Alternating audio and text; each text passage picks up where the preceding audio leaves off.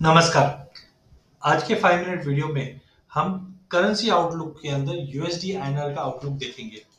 देखिए, अगर USD INR की बात करें तो परफॉर्मेंस तो काफी हमने ब्लिंक देखे हैं। जनवरी से लेकर अभी तक की अगर हम बात करें, मात्र 1.5% की तेजी देखी है। पिछले एक साल में नो डाउट रिकवरी अच्छी दिखाई दे रही है, बट पिछले एक साल की रिकवरी के बजाय अगर आप अक्टूबर से देखेंगे तो अक्टूबर से हमने काफी बेहतरीन रिकवरी देखी, करीबन 5.25% की देखी। क्यों?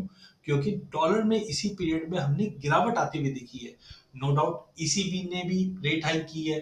डॉलर में भी हमने देखा है कि मजबूती बीच में बनी थी, क्योंकि फेड रेट हाइक कर रहा था। बट कहीं ना कहीं अब फेड हेड हाइक बंद करेगा, जिसके चलते डॉलर में गिरावट है, और डॉलर की गिरावट के चलते हमने पिछले 6 महीने के अंदर यूरो में एक तेजी देखी है। नो डाउट पिछले एक महीने में अब ये तेजी कम होते हुए दिखाई दे रही है। प्राइसेस 1.11 के बियॉन्ड जा नहीं पा रहा है, और यहाँ से एक करेक्शन लेता हुआ दिखाई दे रहा है। पिछले एक हफ्ते में 1.25% की गिरावट के साथ मार्केट 1.08 के आसपास पहुंच चुका है। कुछ फंडामेंटल कारण की अगर बात करें तो यूरो में हमने प्राइसेस में गिरावट देखी, 3 हफ्तों के लो पे पहुंच चुका है, जो हमने एक हाई लगते हुए देखा 1.11 के आसपास का। जिस ढंग से हम इन्फ्लेशन की रिपोर्ट देख रहे हैं, यूएस और चाइना, ये कहीं ना कहीं दबाव ला रहा है यूरो पे, क्योंकि डॉलर में अब स्ट्रेंथ आना चालू हो चुका है। डॉलर के अंदर हमने देखा कि 102.5 के आसपास पहुंच चुका है, जिसके चलते हमने कहीं ना कहीं यूरो में दबाव बनना है। थोड़ा बहुत सपोर्ट हमने देखा यूरो में बना था, बिकॉज यूएस का जो इन्फ्लेशन रेट है वो स्लोइंग पेस से एक्सपेक्टेड है। साथ में माना ये जा रहा है कि स्मॉलर रेट गैप हो सकता है यूएस और यूरो एरिया में। बट अभी भी जो चिंता बना हुआ है वो इन्फ्लेशन है, जो चाइना में बना हुआ है। रेजिंग कंसर्न है, ग्रोथ, ग्लोबल ग्रोथ को लेकर चिंता बनी हुई है, जिसके चलते अभी तक हमने देखा कि डॉलर में थोड़ा बहुत गिरावट था, जो यूरो पाउंड इन सबको एक सपोर्ट दे रहे थे। यूरो एरिया की अगर आप बात करें, पॉलिसी मेकर्स के जो रिसेंट स्टेटमेंट आए थे, उन्होंने बताया कि continue hiking interest rate cycle है वो कंटिन्यू रहेगी अंटिल समर, बिकॉज अभी भी हाई इन्फ्लेशन लेवल मार्केट में बना हुआ है। वहीं दूसरी ओर फेड रिजर्व ने पॉज करने की बात की है। इनफैक्ट अगर ईरो के, अगर हम इंडस्ट्रियल प्रोडक्शन के नंबर की बात करें तो यहाँ पे अभी भी गिरावट दिखाई दे रही है। और मार्च के अंदर भी हमने देखा जो आउटपुट है कैपिटल गुड्स के, वहां पे हमने गिरावट आती हुई देखी है। शार्प रिडक्शन दिखाई दे रहा है ओवरऑल फैक्ट्स एंड फिगर्स के अंदर, जो कहीं ना कहीं कंसर्न दिखाई देने लग गया है। यूरोजोन की जो इकोनॉमिक ग्रोथ है वो थोड़ी बहुत फास्टर फेज से हम देख रहे हैं एक्सपेक्टेशन के बियॉन्ड, बट अभी भी इन्फ्लेशन को लेकर या जो जियो पॉलिटिकल टेंशन के बाद इकोनॉमिकल टर्मोइल चल रहा है, इसकी वजह से हम देख रहे हैं कि थोड़ा बहुत कंसर्न्स बने हुए हैं।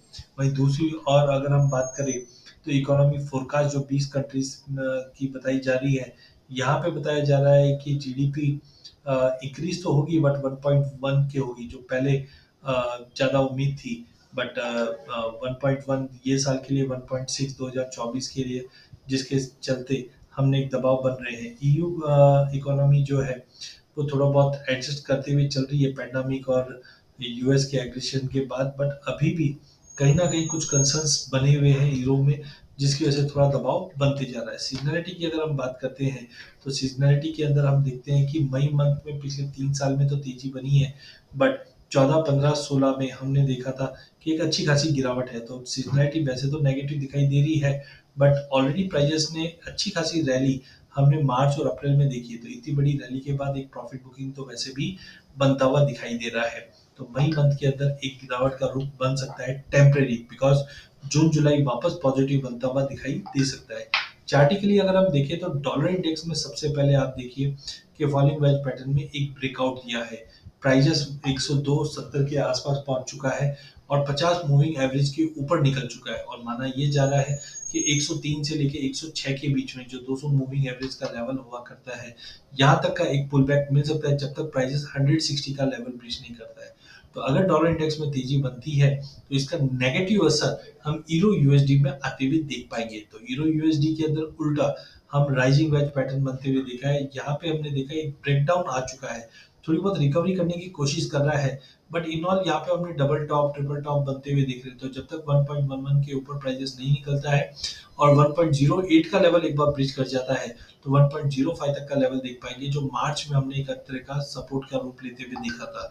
तो टाइमिंग ईरो यूएसडी में गिरावट का रूप रहेगा। टेक्निकल स्ट्रक्चर्स में भी हमने देखा नेगेटिव है, जहां आरएसआई 50 के नीचे आ चुकी है। 50 के नीचे आरएसआई का रहना एक टेक्निकली नेगेटिव सिग्नल देता है।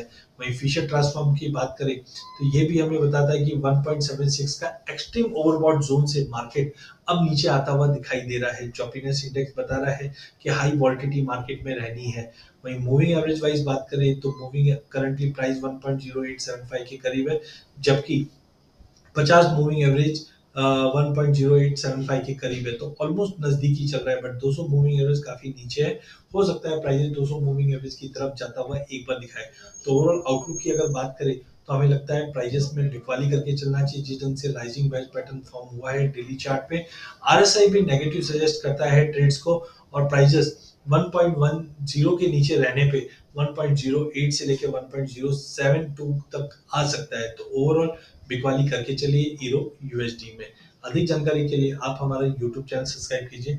इस चैनल में हम आप तक इक्विटी, कमोडिटी, करेंसी के अपडेट लाते रहेंगे। वीडियो पसंद आने पे इसे लाइक और शेयर जरूर कीजिए। धन्यवाद।